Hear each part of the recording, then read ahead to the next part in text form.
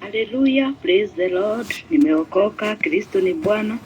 Nasikia kunyenyekea kwa Bwana kwa sababu ya ukuu wake na fadhili zake. Ameniokoa na amenilinda.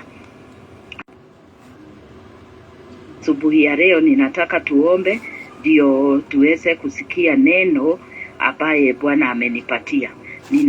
Kwa utukufu wa jina la Bwana ninataka kuongelea kuhusu mysteries of thorn in the flesh, ama mambo yasiyoweza kueleweka ya mwimba kwenye mwili wetu.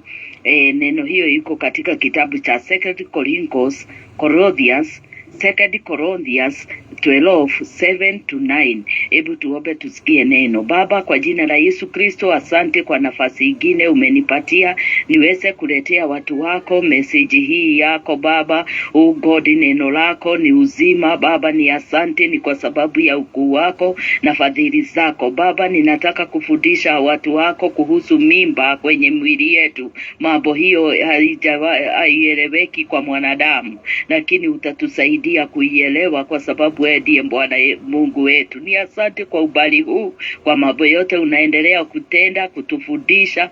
Bakatarelewe Master Jehova, na kuinua Jesus na karibabuzi katai makuturubuzi rama mazatararabuzaya. Jesus mighty God, ninakuinua, ninakutukuza Baba yangu kwa sababu ya ukuu wako na uaminifu. Oh God, asante kwa wokovu, asante kwa msamaha wa dhambi juu yangu na kwa watu hawa Bwana, na wale hawajaokoka waokoe, wale wachafu wasafishe, kwa sababu damu yako bado iko na uwezo, na ni katika jina la Yesu naomba na kuamini. Wacha tusome hii neno ndio tusikie pointi za message hii ambaye Bwana ametupatia.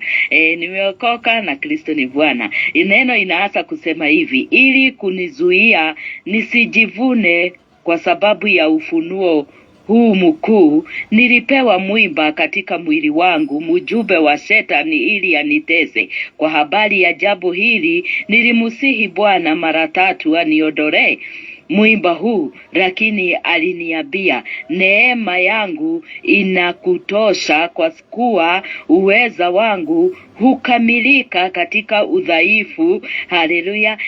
Kwa hiyo nitajisifu ulibaita rakata Master. Nitajisifu kwa furaha zaidi kuhusu udhaifu wangu, ili uweza wa Kristo ukae juu yangu. Hiyo ni 2 Corinthians 12 mstari wake wa 7, wa 8 na wa 9. Bwana abariki neno lake na tusaidie. Ninataka kukuambia nini watu wa Mungu? Huyu ni Paul, alisema ati kwa ajili ya asijisifu kwa sababu ya kutumiwa na Bwana. Alipewa mwimba, hatujui ni kitu gani, ni mateso ya aina gani alikuwa nayo. Biblia haikuandika kila kitu, lakini Paulo alisema alipewa mwimba mkuu wa Shetani amutese, na alipoenda kumusihi Bwana amuondolee, na yeye alikuanga mtu wa miujiza, mtu wa power nyingi, lakini Bwana akamwambia neema yangu ya kutosha. Ninataka kukwambia nini? Mateso mengine tunakuwa nayo kama ni mwimba, wewe hata uombe, haijalishi kuomba, haijalishi nini. Kuna wakati Apostle Kimani 2010 alikuwa anafundisha kuhusu message ya test of time, na alikuwa alisema ati katika test of time hakuna maombi na itakuokoa, hakuna fasting, hakuna giving. Ninataka kukwambia nini? Ni kwa sababu test of time, it is the thorn in the flesh. Ni type yake ya thorn in the flesh. Unaona, ni Mungu tu anajua, tu anatupitishia magumu mengine. Kwa nini? Liba busaka talamazaya. Ile hali ni Baba anaweza kutupatia tu mali, anaweza kutuinua, bila kuteseka, lakini anatutesa, analeta mwimba, tunaendelea. Kuna wakati mwingine watu wanateseka nini, magonjwa, unagojeka. Watu wale dhoni zao ni magonjwa, unakuta wanateseka, lakini huyo mtu hata unasaidwa anasafaifuge aje na magonjwa haya. Unaona watu wa Mungu, may God have mercy. Kila mtu ako na mwiba wake. Kuna mwingine ni siku inamsubua. Unaona watu wa Mungu, amekaa ametaka ndoa, amegojea Bwana mbariki na ndoa, miaka inasoga na ndoa yake haifiki hiyo, na akienda kumuuliza Bwana anamwambia ndio kuna ndoa, gojea. Sasa unashindwa utagojea mpaka lini, na unazeeka. Unaona, lakini Mungu hajui hiyo. Mwiba mwingine ni kama wa fruit of womb, yule ulikuwa na Abraham na Sara. Wanazeeka tu, wanazeeka. Sara alifikisha menopause, akaendelea na akazeeka kabisa, na Abraham, na walipotaka kujitafutia way out kwa mwiba wao, unaona watu wa Mungu wakalete Ismail, na baadaye Bwana akamwambia fukuza kuswa. Unaona watu wa Mungu, ni kwa sababu gani? Mungu ni mzito sana. About the thorns in the flesh, inakuanga na grace kubwa sana. Angalia mtu kugojea mtoto na miaka hiyo yote kama Ibrahim. Kuna mwingine nini, thorni zake ni lack of job, aligraduate nini lakini hapati kazi, na wengine wanapata tu kazi hata kabla amalize shule, degree apate degree yake, ameshapata kazi na anaendelea. Na wengine wana struggle, na wengine ni nini, mambo kama haya. Mwingine ni biashara, anainua biashara inafaulu dakika moja, na mwingine anaipebeleza hapo haikui. Mwingine ni ministry, anatokea haraka sana, anapata congregation mikaturubuzaya, lakini pasta mwingine mwiba wake ni kanisa haikui, na anagojea tu Bwana afikishe wakati wa growth ya kanisa yake. Unaona, miba ni aina nyingi, hizi madhoni ni za aina nyingi watu wa Mungu. May God have mercy, atupe neema. Rabo sika taramazaya. Ingine ni nini? Ni presence of God. Unakuta wewe huna dhambi, lakini saa ingine bigu inakauka tu for nothing. Unakaukiwa tu, no presence of God. Unafeel mwingine anaenda hata prayer center, unafunga 40 days. Unaona watu wa Mungu, ukitokea huko hata mambo inaharibika zaidi. Hiyo ni mwimba katika nini, ni thorn in the flesh. Watu wa Mungu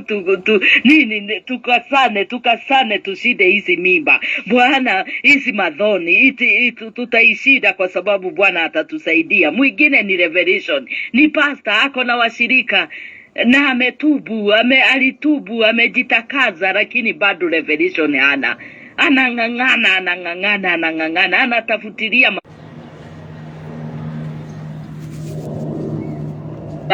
anatakikana kuhubiri Injili, anasidwa ni aondoke ama afanye nini, kwa sababu anasikia hana revelation. My God, mwingine ako na revelation kama Irene, lakini sijapata madhabahu na ngojea. Unaona watu wa Mungu, sina kanisa, alama satarabi. Angalia Facebook inatuandikia message ati watakuwa wakituwekea messages za live video kwa mwezi moja tu.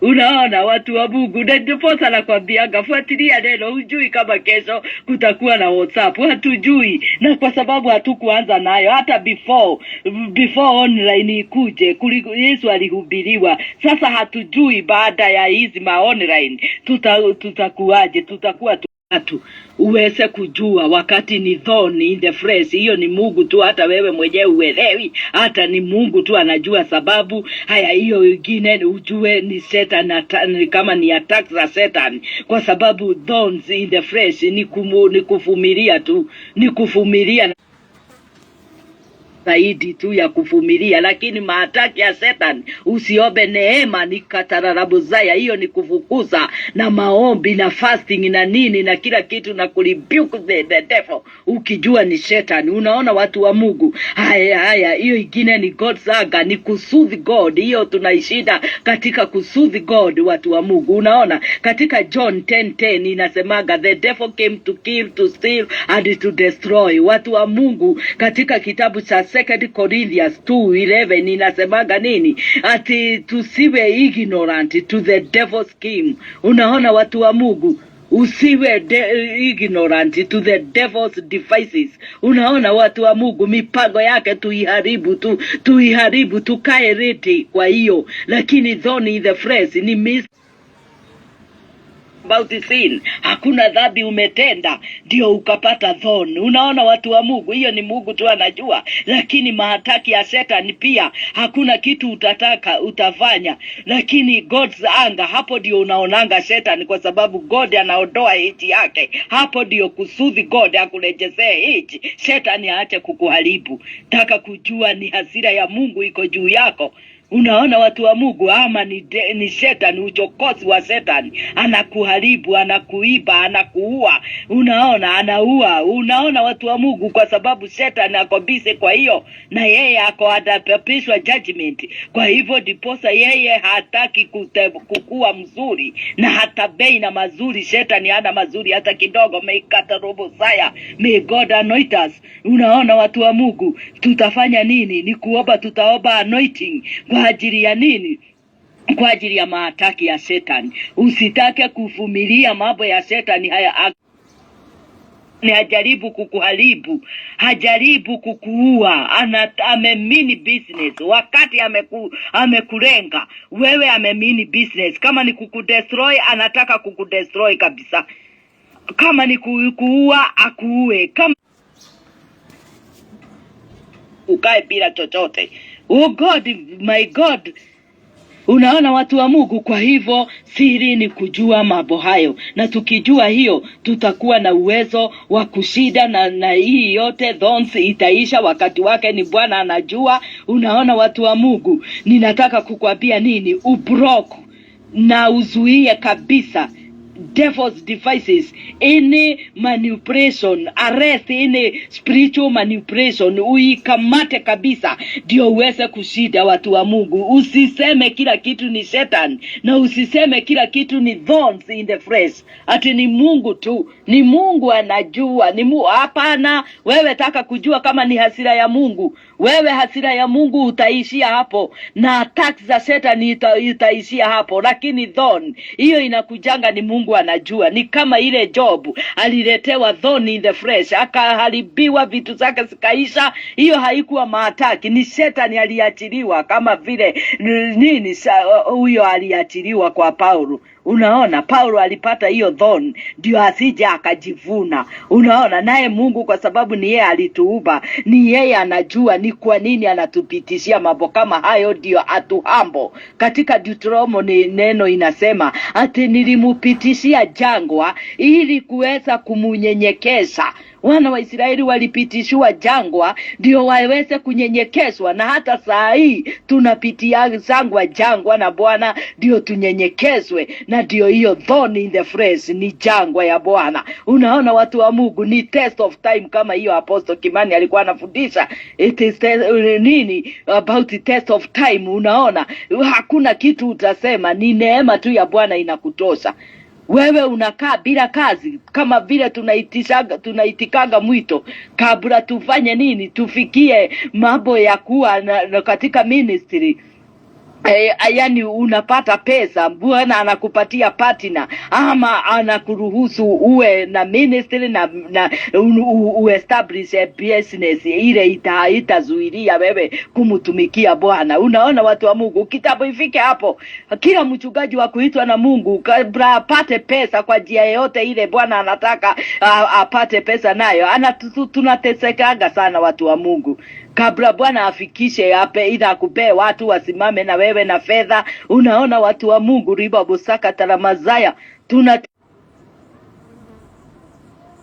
kidogo Bwana anakupatia partner wawili. Ni kama ni chakula, inakuwa hauna shida sasa ya chakula, unaendelea ukiinuliwa pole. Watu wanafika, unapata, unakuwa na gari, uko na unamejenga kwako, na wewe ni mtumishi na unatumikia Mungu. Na hivyo ndivyo inaendelea hata kanisa. Pasta na bila vyombo.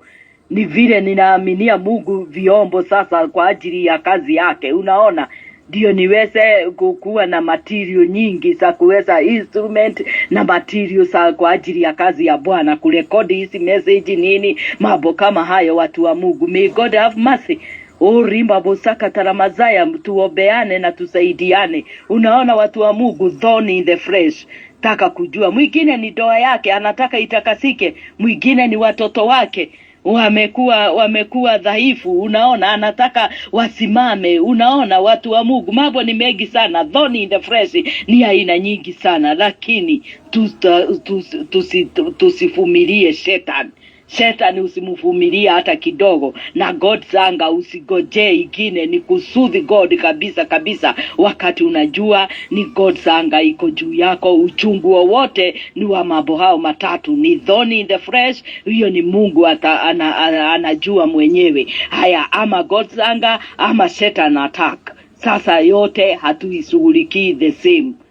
Unaona watu wa Mungu, wewe thorn in the flesh, hakuna kitu utaenda, hata uende katoroni uombe, kama wakati wake haujafika. Ekaristi inasema the race is not is not for the swift, but time and chance happen to all. Kama time ya Mungu kukuondolea thorn haijafika, wewe hata uombe hata ufunge haitawezekana. Lakini Satan attack, hiyo ni hufai kukaa nayo. Unaona, God's anger hatufai kukaa nayo, tunafaa kukaa na joy of the Lord. Baba, kwa jina la Yesu Kristo nasema asante kwa message yako zuri. Pokea sifa na heshima, my God and my Jehovah. Tusaidie Mwokozi Baba wa mbinguni kushida hizi mysteries za thorn in the flesh, my God.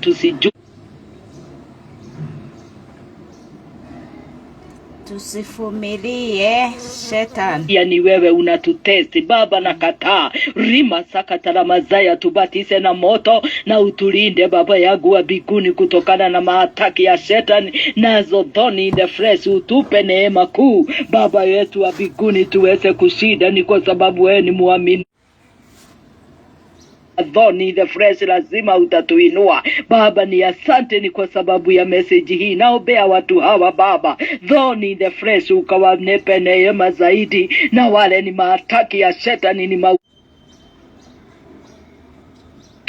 fire of Holy Ghost upon each and everyone in this group Baba wa mbinguni, na waombea power of Holy Ghost, na inua jina lako Baba yangu wa mbinguni. Wale ni waanga Baba, I soothe you God on their behalf Baba wa mbinguni. Wale ni vita wako nayo na wewe Baba yangu, kwa ajili ya hasira yako walikukosea. Oh God, naomba msamaha kwa watu wako, naomba msamaha kwa watu wako. Uliye nisamehe wasamehe, uliye nitakaza watakaze, na kuinua na kutukuza El Shaddai Master King. Baba wa mbinguni, ni wewe unaweza yote. Kule thorn in the flesh, hata mimi niko na mwiba wangu Baba, najiobea neema na kiobea.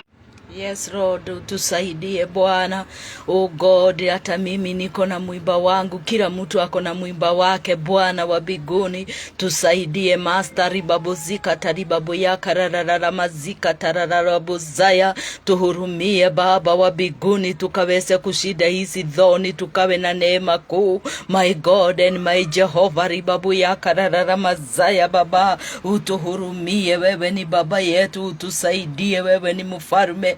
Pokea sifa na heshima zaidi ya kila mmoja Baba. Oh God, tuhurumie Master, tupe nguvu Baba wa mbinguni. Ni katika jina la Yesu tunaomba na kuamini.